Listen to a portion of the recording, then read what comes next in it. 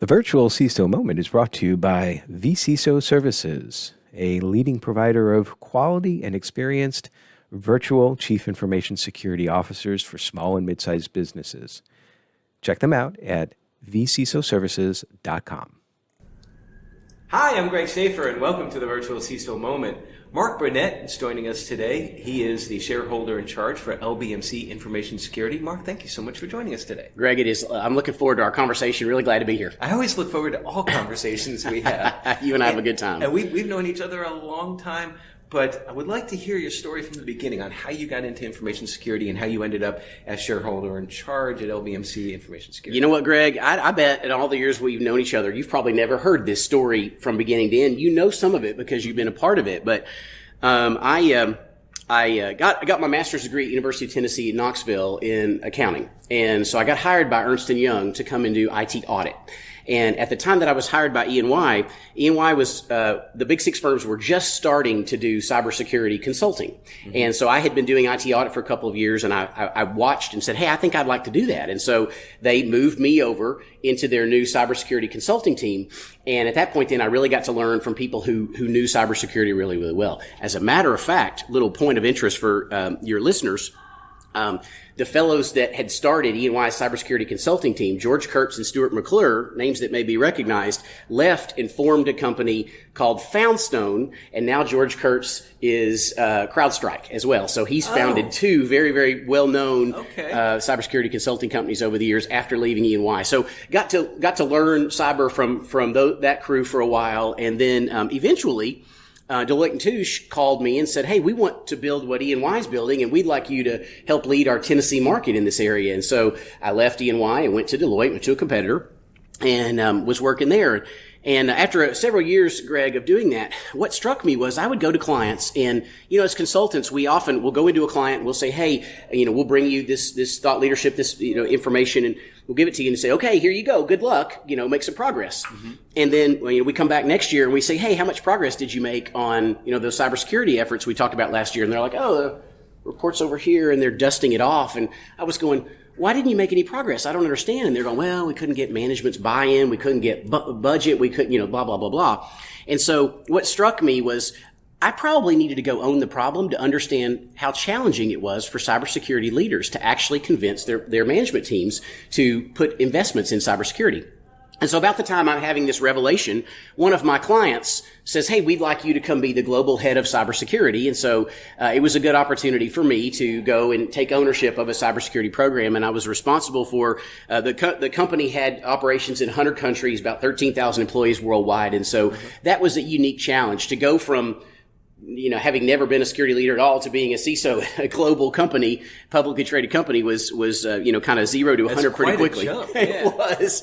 But what was, the U.S. didn't have a lot of security laws at the time. HIPAA had been passed, but was not enforced yet. And this was this was like 1996-ish? This was in the early 2000s, very early 2000s. Yeah, so HIPAA had been passed. We knew it, but they weren't really enforcing it yet. And then, this was right as Sarbanes-Oxley was coming along. Right, all right. And we had Gramm-Leach-Bliley. That was about the only thing. However, a lot of the international jurisdictions where my company operated had much stronger security and privacy laws. For example, in the UK, they had British Standard 7799, BS 7799, which is now ISO 27001. Right. Okay, that's what became ISO 27001. The Germans and the Italians had privacy laws. And so what I ended up doing is taking all of those various laws that applied to our jurisdictions and building a framework, because there wasn't a framework available at the time. We didn't have a lot of stuff. Yes, we had some of the NIST publications and things like that. Those were acknowledged, but not really in adoption at the time. So people knew about, some of the NIST publications and all that, but they certainly weren't used in, common nature like they are now. And we didn't have the NIST CSF. That didn't exist. Right. So, anyway, that's how, and after several years at that organization, I got a call from another company, and another publicly traded company, and they said, hey, we just got this letter from Visa, something about CISP compliance. And they said if we don't comply, that they're going to revoke our ability to take credit cards. And they said, oh, and our internal audit group shows up and they're auditing us for this thing called SOX, and they keep telling we fail, and we don't understand because we wear SOX every day. So, what can you help us? And so it was a great opportunity for me to go to that organization and build a security program for them as well, and different industry as well. So the first organization was in the insurance industry, and this one, as you know, is in the hospitality industry. And so different kinds of challenges, different types of data, different approach to thinking about risk management. Obviously, with an insurance company, they did risk management for a living, so they were hardwired to understand it. So it was a little bit easier when you're communicating the concepts and all of that and lumping cyber risks in with other risks for them to go, okay, I got it, right? Hospitality company, different perspective. And so that's where, Greg, it really challenged me to think about how I communicate with my fellow senior executives and get them to the point where they're understanding what we're saying without talking pings, packets, ports, firewalls, and all that stuff. Right, you have to talk their language, yes, exactly, not yours. Exactly. Business executives, most of them don't have the technical expertise, and if you start talking in that level of detail, they will they'll feel inferior, and then they'll tune you out, and they'll say, I don't want that person in the room because they make me feel stupid. And right. The last thing you want to do is make a senior executive in your company feel stupid. Right, and if you lose that touch point, you've basically lost your effectiveness in the job. That's exactly right. Because if they quit asking you into the room, you're not going to be able to have the audience. You're done. Yeah. That's right. And so anyway, I was very sensitive to that, and so it did challenge me to start crafting my message in a way that it resonated with the business leaders, and had some success doing that. And then, but all along the way, Greg, while I was doing that, several of my mentors and people whose counsel I trusted were telling me, Burnette, you're built to be an entrepreneur. You're built to be an entrepreneur. But I was enjoying what I was doing. I was proud of the organization I worked at and all of that. And so, I was just kind of ignoring that. Well, then the economic downturn of 08, 09 came along, and unexpectedly, I found myself looking for opportunities. So during that time, that's a PC way of putting it. Well, when you work for a hotel company and nobody's traveling and going to hotels, that's going to be rough. Yes. Anyway, but that then it really caused me to kind of be open-minded to things, and I got a call from a gentleman in Texas. And let me stop here before I finish the story and tell you, Greg. One of the things that's been most valuable to me, and one of the pieces of advice that I give young college students when they're asking me, hey, what's some advice you can give me? Networking is probably the single most important thing that business people can do. Yes. And, as you know, you and I have had this relationship for many years since we first met, and I know your listeners know your story. But in this particular case, when I was unemployed, I began calling all the people that were former peers of mine in security leadership roles and vendors that I had met, different people that I had met and had a relationship with along the way, and said, hey, I'm looking for opportunities. And the fellow that called me in Texas had gotten my name because he had called somebody and said, hey, I want to talk to you. It was a CISO that he'd called. I want to talk to you about maybe coming and taking a leadership role in my company. Right. And the CISO said, hey, I love my job right now, but I know a guy that'd be perfect. Yeah. And so I get this call out of the blue from a fellow who says, my name's Jeff and we're supposed to talk. And I'm like, great, I'll talk to anybody we want to talk about. And so, skipping ahead, he asked me to come be the president of the company. He was a executive who had taken XO Communications public. He had taken some of the money that he had gotten from that and invested in a cyber company. And skipping ahead a few years, the other owners that he had left the company, and he owned the company but didn't know a lot about the industry. Right. And so he needed somebody to come and really, kind of guide the company. And it was a neat opportunity for me to be a true entrepreneur. We did have a few employees. We had a little bit of recurring revenue, but it was really about coming up with a plan and building a business. Right. And so that's what we did. And before I did that, ironically, I called my friends at LBMC. I had hired LBMC when I was in those two CISO roles to come in and do some work for me. Had a great respect for them. Knew several of the shareholders there. We were all co-founders of the local chapter of the ISSA. Mm-hmm. And so, had a great respect for them. And I called them and said, hey, I'm about to open up a competitor in your market. I'd rather work for y'all. Is there an opportunity there? Keep in mind, this was still during the economic downturn, and they said, hey, there's not really an opportunity right now for another senior leadership role at our organization. We're focused on making sure we want to protect all the jobs for people that we have. LBMC's philosophy is we don't lay people off, things like that. We're very people focused. And so they said, we can't really afford to bring on another senior leader. Good luck to you. There's plenty of work out there. We'll stay in touch. 2 years later, they called me and said, we're tired of competing with you.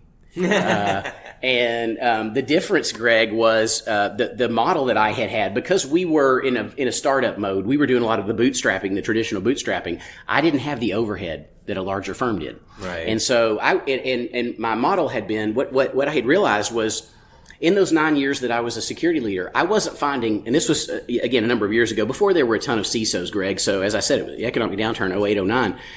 And I hadn't found a lot of people who were in consulting roles who'd actually been security leaders. Most of them were auditors or converted auditors. And, for an auditor, and auditors are, of course, very smart and capable, but to an auditor, things are black and white because they have to be. Mm-hmm. An auditor's job is to assess you against a standard and determine whether or not you meet the standard, right?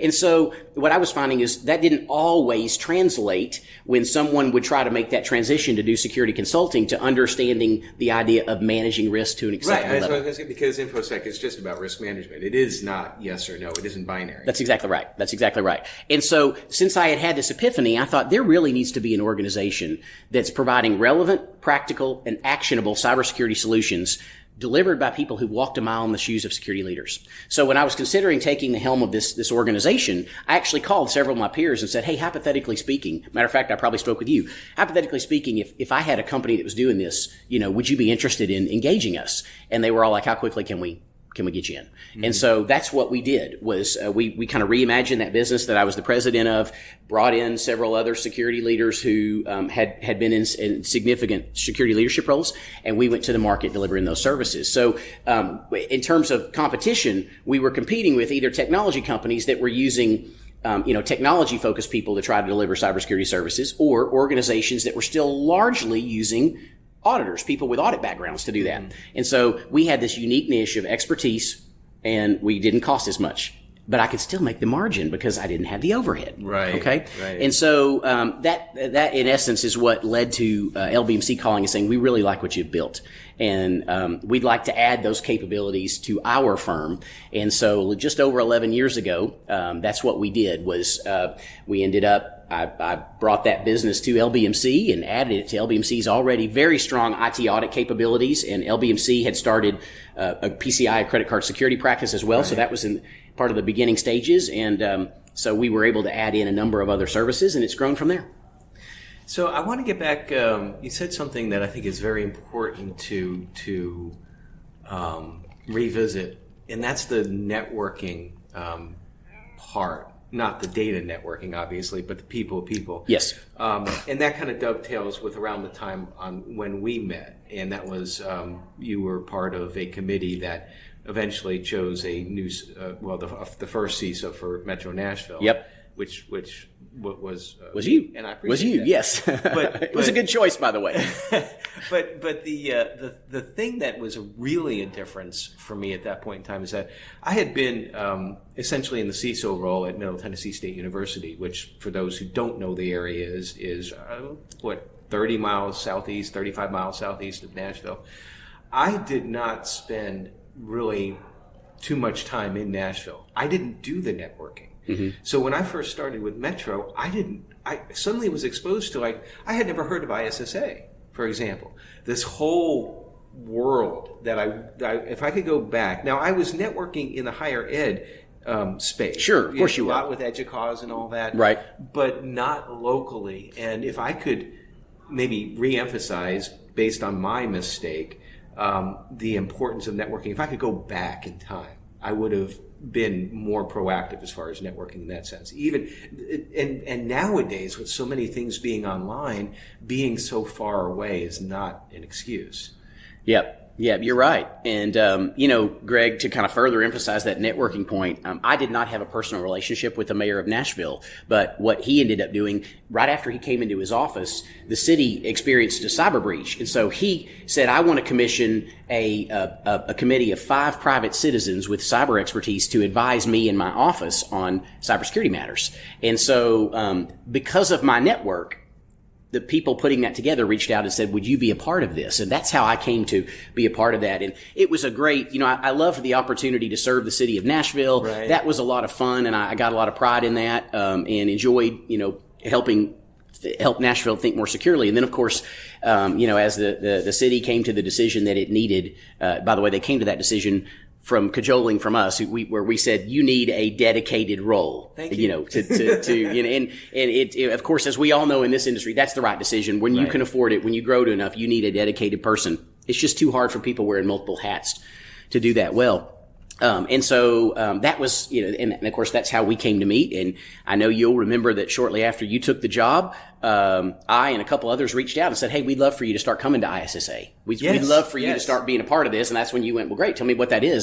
Sounds like something I should do. And, here you've since held offices here in ISSA. You've been a part of the conference that. Yeah, we're recording this, even though it's later in September when it goes out. We're recording this at InfoSec National in early September. The single longest running security conference in Tennessee. So I did not know that. Yeah, absolutely. So.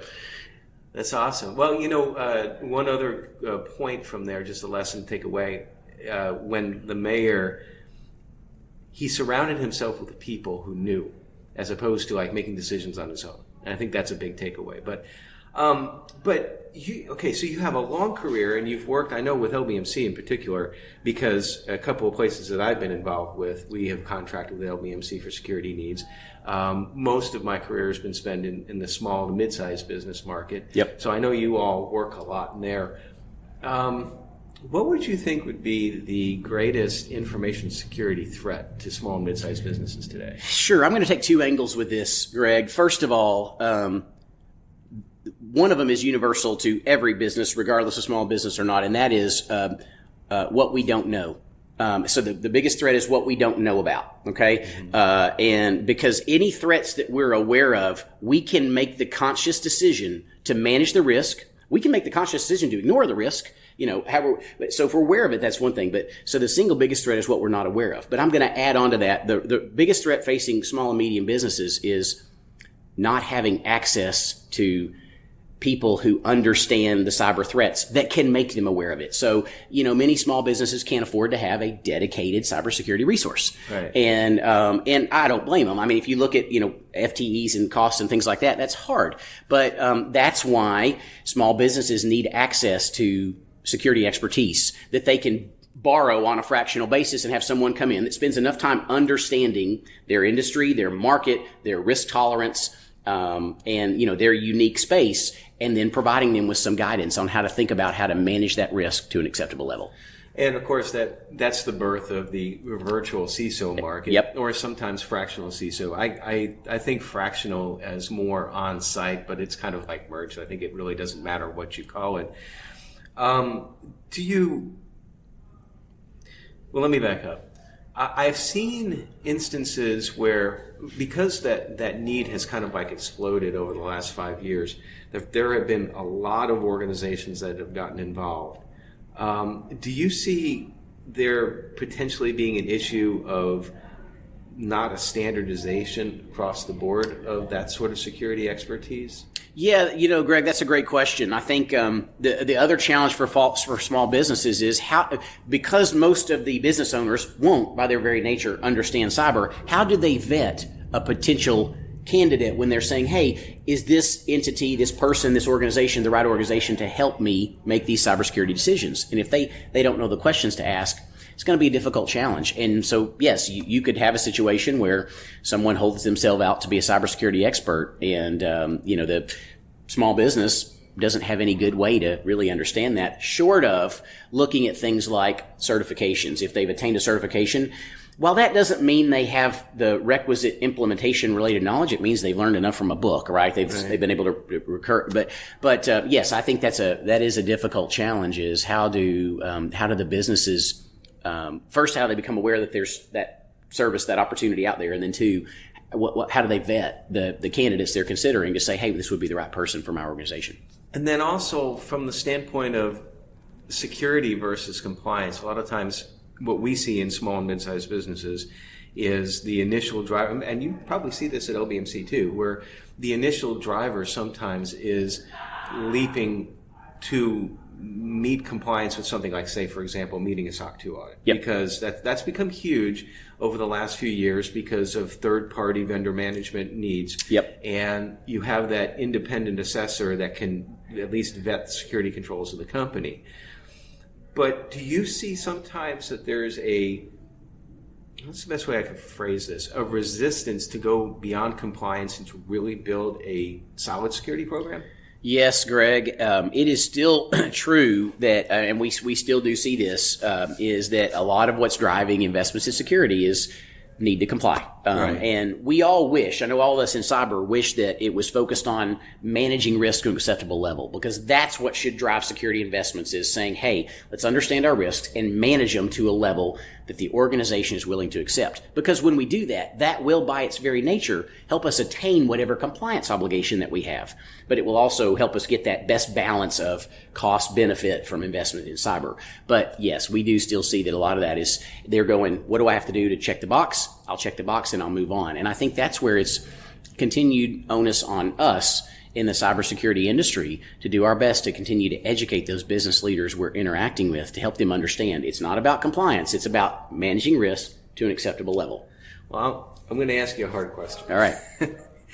Or maybe it'd be an easy one for you. How does an organization define their risk tolerance? Well, that's going to be, frankly, a small business. I think the owners are going to have a feeling of risk tolerance just by how we define it in the industry. The accounting industry has a definition for risk tolerance, and it takes into account things like management's mindset, the life cycle of the company. So startup companies are going to have way more risk tolerance than, say, a venerable, well-established business that has a great reputation, if you want to use that as an example. But ultimately, it's up to the owner to decide what their risk tolerance is, and they're probably going to do it based on what's it going to cost me and what's my perception of the commensurate value that I'll get. And the challenge we face in cyber, Greg, is that very rarely do cybersecurity investments increase revenues or reduce costs, which are the two things that an owner is going to look at that create value. And that's where it comes back to us to show how we convince them that, well, yes, what you're doing is probably not going to increase revenues, and what you're doing is going to actually increase your costs in the short term. But if we can show the resulting offset in the risk reduction, so the likelihood that they won't have to deal with a ransomware infection that causes them to be down for 3 days, and what the lost revenues would be if their business was not operational, that type of stuff. That's really how we have to turn the conversation around and get them to the point where they say, oh, if I could spend this amount of money, which is, not significant, but not insignificant, if we can, and avoid the chance that, like my competitor did 2 weeks ago down the street, have a, whatever, then that's how we can convince them that they should pull the trigger. Yeah, I think you pinged on it real well, that it's not just about the controls that we put in place. It's about educating that risk management mindset, particularly, and then I'm going to come back to small and mid-sized businesses, where a lot of times they'll look at security as, oh, hey, I got a firewall and I'm secure. You don't hear that as much anymore, but that used to be like pretty common. Yeah, that's right. That's right. I have firewalls. I'm good. Well, it's a lot going on in your life, Mark. What do you do to decompress? Oh, I'm a big sports fan, Greg, as you probably know from our hallway conversations. So I enjoy on the weekends, I'll catch a live sporting event. Being here in Nashville, there's plenty of really good teams, and I'm a UT Vol as well. I mentioned I got my master's there, and so I'll go back to Knoxville and catch a Tennessee game there as well. So, and I do that we've got my wife and I have 2 daughters, and so I'll often take one of my girls and we'll do kind of a daddy-daughter thing, and it's a great way to decompress. I have not yet been to the soccer stadium. Okay. And I know you've been several times. You're big into that. Yep. But I haven't talked to you since actually they've had games there. I'm just curious. I mean, you expected the experience to be wonderful. Has it met your expectations? Yeah, they did a great job. The stadium, it's beautiful. They did a nice job. Of course, when you build something brand new and you can look at other ones that are in existence, you can even ask the questions, what would you have done differently? They did that when they started building it. And so I think it was very well thought out. Even the way it's oriented, Greg, the way they thought about when the sun is setting, how do we minimize the people that had the sun like in their eyes where they're doing like this if we're playing an evening game. They were very thoughtful about that as well. And so it's a great stadium. They did a really nice job. Almost every seat is covered. The stadium is open air, but the way they built the awning that kind of hangs over, most of the seats are covered. So in the chance that it's raining, the team's out there getting wet and the spectators are dry. And anyway, they did a really good job. And then they were very thoughtful about the food options. It's a lot of Nashville-based vendors, so it's not the traditional. There's a lot of hot chicken. There is a hot chicken place. There's they've got a barbecue place and a pizza place. But the cool part is they chose local Nashville businesses. It's not Pizza Hut and some of those. It is they gave Nashville businesses the opportunity to come in and operate the stands. Awesome. Future plans? Greg, that I've spent a lot of time in the last several years speaking and writing about leadership, and that's been something that's been a passion of mine for a long time. Having been you wrote CISO, a book? I did. Yes, I should have brought it with Risky me. Business. Yeah. For those that are here today, there's copies that are they can swing by, and I'll be happy to give them a copy. We should have brought one in here to help out. That's all right. Anyway, and so I've enjoyed my personal role at the firm has evolved, and while I still run our LBMC Information Security, the firm's asked me to take on additional leadership responsibilities with other consulting businesses that we have within our firm as well. So we're kind of rolling those all together. Mm-hmm. And so I'm really enjoying that leadership role. It's kind of forcing me to think a little bit broader than technology, which is where most of my career has been. And so that's been a good challenge. And I'm looking forward to moving forward in that role and seeing where that takes us. That's awesome. Well, Mark, thank you so much for joining us today. Appreciate your time. Appreciate always catching up with you. You too, brother. It's good to see you, and I really look forward to a good day today, and thanks for the time. Awesome. Everybody, stay secure. Cheers.